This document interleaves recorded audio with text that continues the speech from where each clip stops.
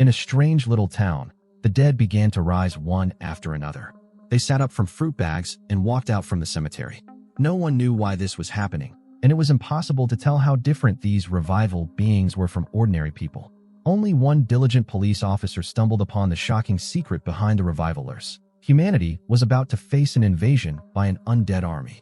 Welcome to Revival, the latest supernatural thriller released in 2025. At a remote town's morgue, an undertaker was being interviewed by a TV reporter. His daily routine was to wheel bodies into the cremation furnace behind them. Facing the charming reporter, the undertaker cracked a rare, awkward joke. Set the temperature just right, and in 40 minutes you'll have a box of ashes. The reporter responded with an uncomfortable smile. Just as the undertaker quietly basked in his own wit, the cremation furnace suddenly began to beep alarmingly. Both turned, startled, as muffled banging came from inside the metal chamber, followed by faint, eerie screams. The reporter screamed in terror while the undertaker frantically pressed buttons on the control panel. With a tremendous crash, the iron door of the furnace was violently thrown open. A figure, wrapped in flames, staggered out, its burning arms flailing wildly as it howled and rampaged through the morgue. Even more bizarrely, strange sounds began coming from the refrigerated lockers where bodies were stored.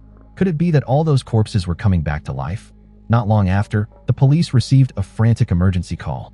The caller was so panicked that their words barely made sense. They could only beg the officers to hurry and come see what was happening. Officer Dana reluctantly drove out to the cemetery. At first, she thought it was some kind of prank, but then a shadowy figure darted past, and Dana nearly dropped her jaw. It was a man, completely burned and running away. As Dana stepped out of her car, the cemetery was alive with activity.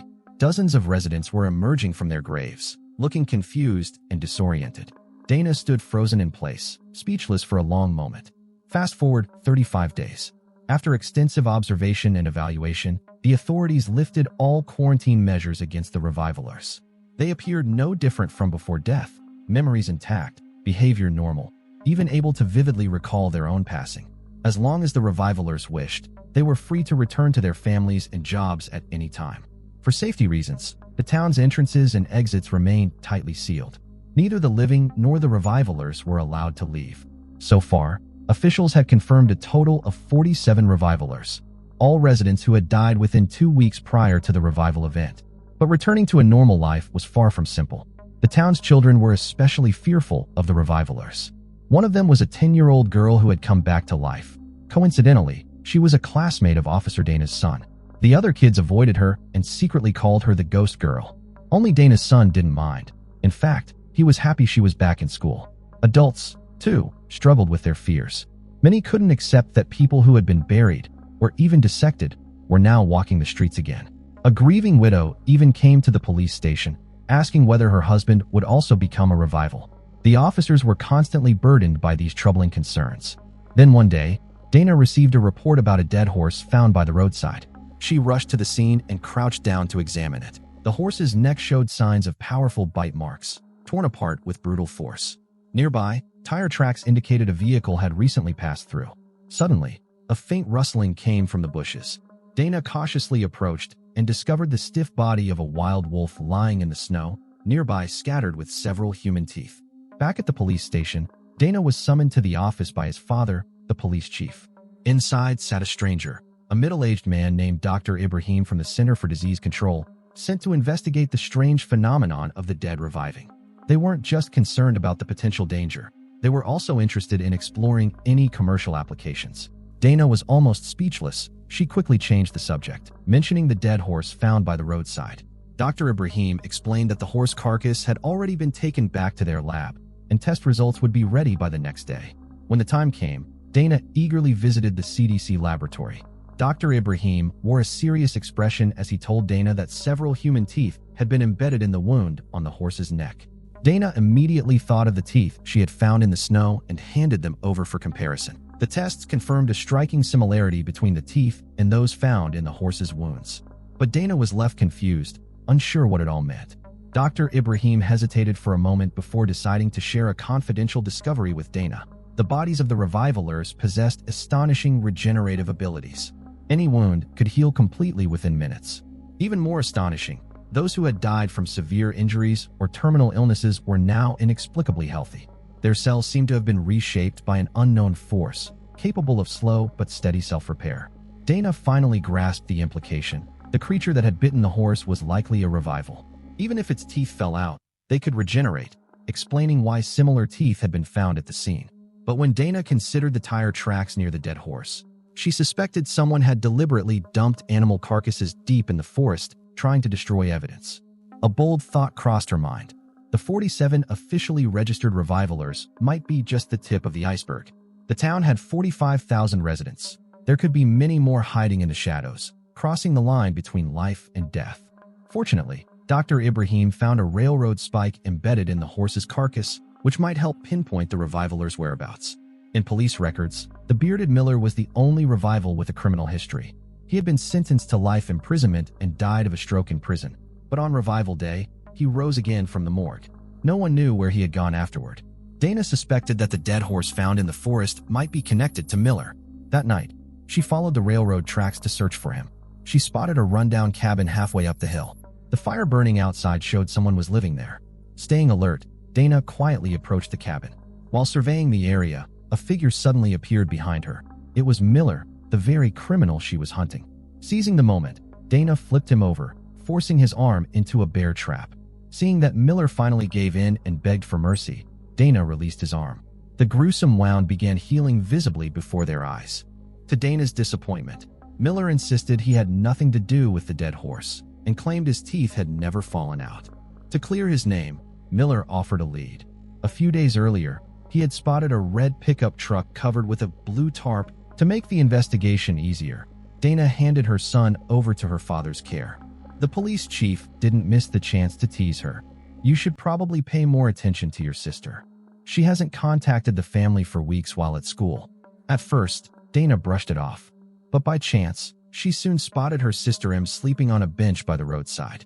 Em looked downcast, and Dana guessed she might be nursing a broken heart. Em nodded and shared how her boyfriend had become distant lately. They had planned to meet by the roadside yesterday, but he stood her up. Dana comforted her sister, telling her to look on the bright side. Her own boyfriend left her 10 years ago, and now she was raising a child on her own, doing just fine. As they chatted, Dana's eyes caught a red pickup truck parked nearby, just like the one Miller had described, covered with a blue tarp. What raised even more suspicion were the red stains on the tarp. Just then, a couple emerged from a nearby farmhouse. They laughed, saying the truck belonged to them, but they insisted they had never seen any dead horses. Suddenly, a muffled noise came from inside the farmhouse, and the couple's smiles froze.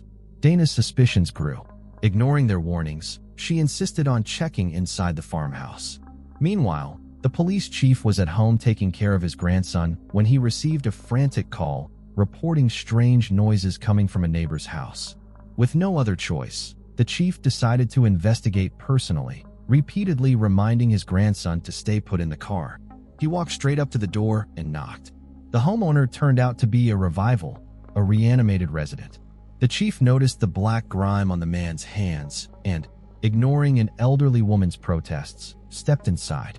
The air inside was thick with the stench of decay. Sitting at the dining table was a rotting corpse.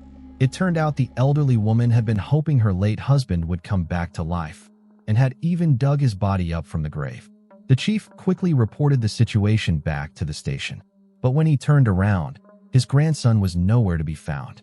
Meanwhile, Dana had already entered the dim farmhouse. Scattered across the dusty floor were several yellowed teeth. Dana felt a strange familiarity but failed to notice a figure lurking silently on a ceiling beam. Then, heavy footsteps echoed through the room. Dana spun around in shock and saw the hunched old man pulling out his own teeth. But the strangest thing happened. The fallen teeth began to grow back, like new shoots after the rain. The farming couple desperately called out, "Mom," trying to calm the crazed woman. But the next victim was suddenly thrown into the air, her head slamming against a nail protruding from the wall. Dana's gunshots startled Em, who was waiting in the car, but the madwoman ignored everything and hurled the man several meters away. Dana grabbed a fallen handgun just as Em rushed in to help. Unfortunately, Em's scythe swing missed, and the woman snatched it away, stabbing it into her own abdomen. Dana stared in disbelief as her sister collapsed in a pool of blood. The crazed woman advanced step by step, dragging the scythe behind her. Dana emptied her magazine in a desperate attempt to stop her. Yet the woman didn't fall. Instead, she grabbed Dana by the throat, squeezing tightly. Just as Dana was about to suffocate, a sudden flash of cold steel cut away a chunk of the woman's skull. It was M, who had somehow revived herself. Surprisingly, she was a hidden revival. And that's the summary of episode 1 of Revival. The show's premise is fascinating. People who die and come back to life, but they're not zombies. Plus, there are plenty of mysteries waiting to be unraveled. Why the townspeople had revived in the first place. Besides their miraculous regenerative ability, did they suffer any other side effects? If you're eager to uncover the truth behind these mysteries, stay tuned. See you next time.